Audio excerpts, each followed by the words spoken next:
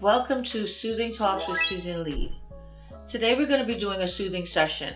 Now, at times, soothing sessions can become a little bit rough, and that's because sessions are meant to invoke change within us, and that's hard. I'm not going to mince words, it's hard at times. Today's topic is removing toxic energy from our lives. Now, it's a new year. We're trying to focus on our happiness, on our growth. In this case, we're just going to take it one step further. So, let's get focused, let's get ready, and let's talk.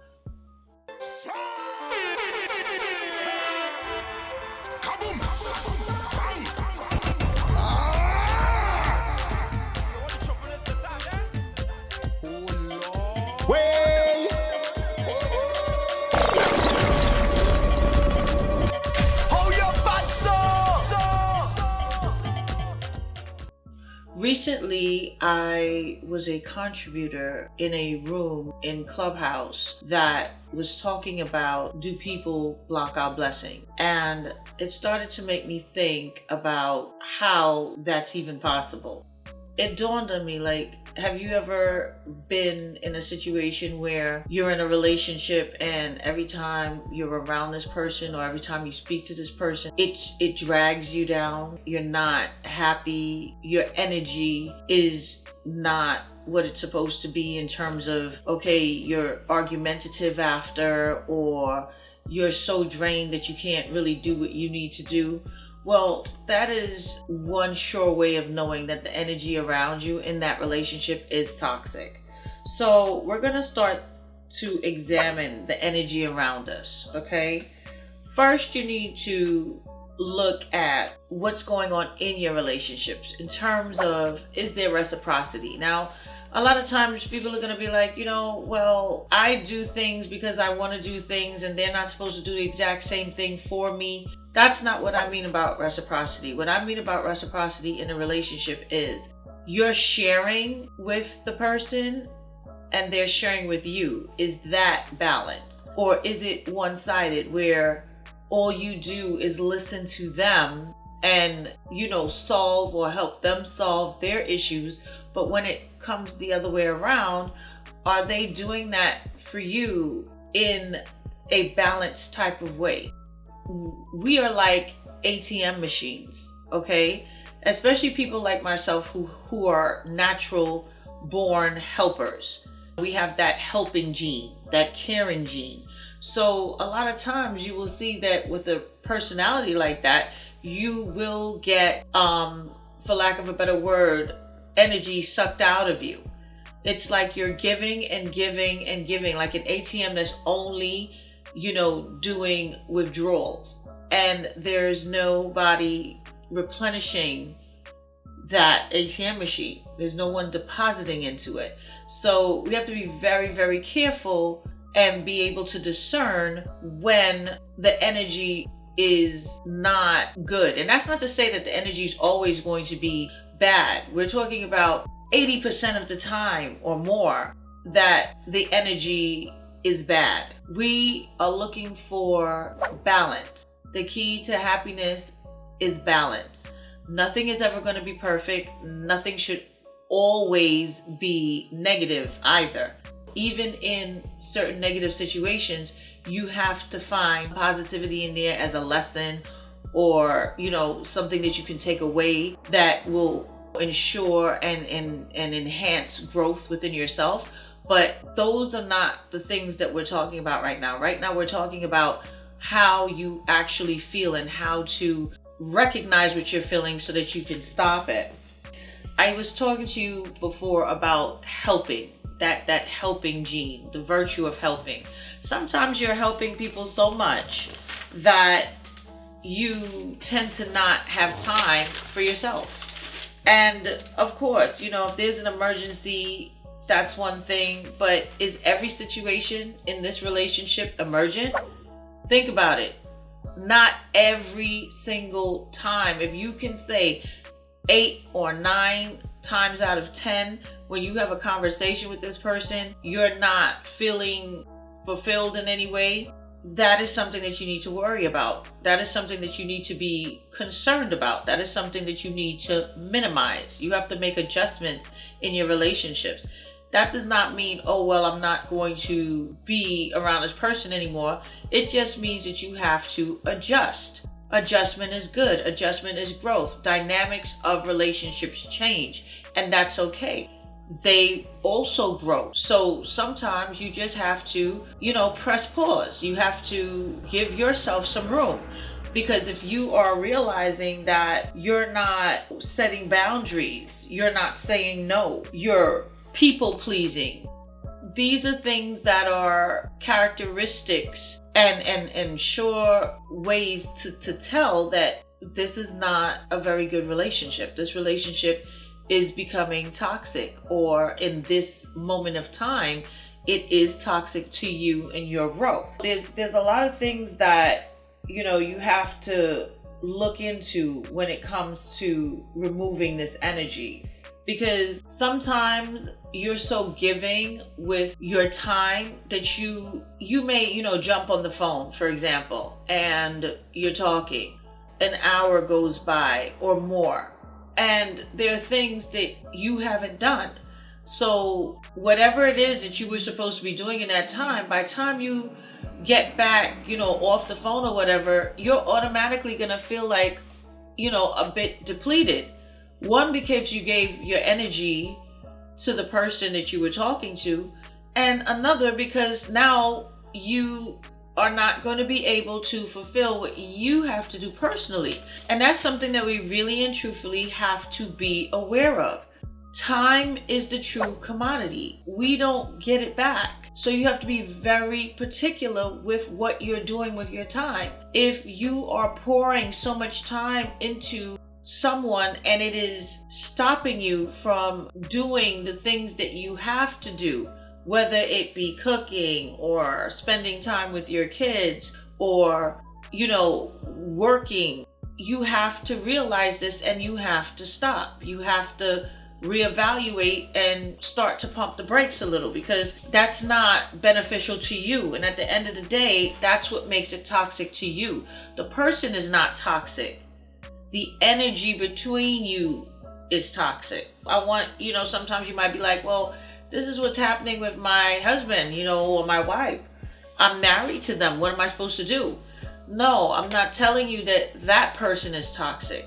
I'm telling you that the way in which you're dealing with them, the energy that's transferring between you two is toxic, and you have to reverse that. And sometimes you can reverse it, and sometimes, you may just have to sever the relationship. At times, we take the stand that helping others is a priority. Like for me, it's just natural. It's been natural for me for as long as I remember. In that, we negate taking care of ourselves. When you're not doing what you should be doing, you need to step away, you need to retreat, and you need to shift your energy. Sometimes we just have to love people from afar. We have to love them from a distance. We have to show up when we need to, when it's an emergent situation. We have to show up for support.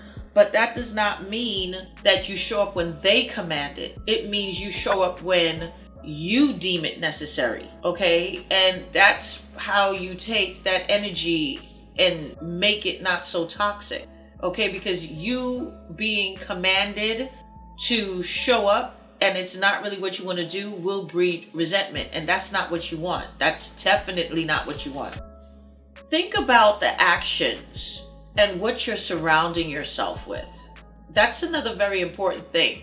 You should really surround yourself with people who uplift you, people who can teach you, people who are, in the same type of mindset. Does that mean that they have to be doing exactly what you're doing? No. That means that you have to see who you're surrounding yourself with and figure out how you fit into that. My sister was listening to a podcast and she was telling me that what she heard was, if you look at the 5 people around you that are closest to you, you are an average of those people. And it was very interesting to me because, You have people who are doing different things. And just because they're doing different things does not mean that they take away from your value. But it has to be something that's in line with what you're doing. Let me break that down. If you are around someone who is scrolling through Instagram or Twitter just mindlessly and, for hours just doing that, and there's nothing that comes from that, is that what you're aligned with? And now we're not being judgmental. We're just looking to see how we can measure what's going on. Okay? Maybe you need to be around people who are, contributing or, taking classes or benefiting themselves. Because when you see, like, for instance, I said, my sister's listening to a podcast. My sister's been listening to lots of podcasts these days, and all of the stuff that she's listening to is usually when she's exercising or, just trying to meditate, taking walks. And she brings me back tidbits of information, and then we're able to talk and debate and expand on it with the intent of applying that information into our lives. You see, conversations like that are the opposite of toxic. They are growing. That's energy that's being shared because she has experienced a podcast and she is now telling me about it, and we are now again expanding on the point. That, believe it or not, is a lot of where I get information that will help me help clients do better. Just simple conversations like that. Are you having conversations like that with the majority of the people that you are in close relationships with? If you're speaking to somebody and all they're doing is liking pictures on Facebook, that's not the kind of energy that you want to be around. You want to be around energy that compels you to grow. And that's very, very important. You need to also be okay with making adjustments to get or to spin this toxic energy. You have to be able to do a lot of self-care, a lot of self-love. You have to be around like-minded people that will not devalue what you're doing, people who understand what you're doing, people who respect who you are and what you're doing. This is why we have to remove toxic energy. The first thing, like I said, you have to recognize it. Second thing, you have to be able to decide how I'm going to make adjustments in this relationship so that this energy can stop. The last thing that we need to really focus on is the fact that it's about self-care, self-love. So to be very honest, no one can really block your blessings unless you allow it. So you have to stop allowing it. Just like in my prior session where I talk about the power of no, you have to allow yourself to decide where you're putting your time. There's a reason why people say time and energy, because they go hand in hand.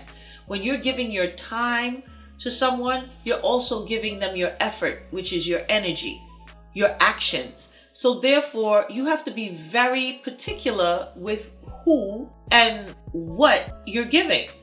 Okay? It's you. You have to stop. You have to say, I am here, but I have to do positive things for myself in order to be positive for anybody else. In order to help, I have to help myself first. So this is when you have to say or take the power. No one is forcing you. No one is forcing you to give your time up. You have to evaluate why you're giving your time up. And to be very honest, that could be a whole other session, because there's a reason why we decide to help others and not ourselves. And that is what yields this kind of toxicity inside of, relationships. So you have to be very aware of that. You have to be able to set boundaries. You have to be able to say no. You have to be able to love yourself. You cannot continue people pleasing.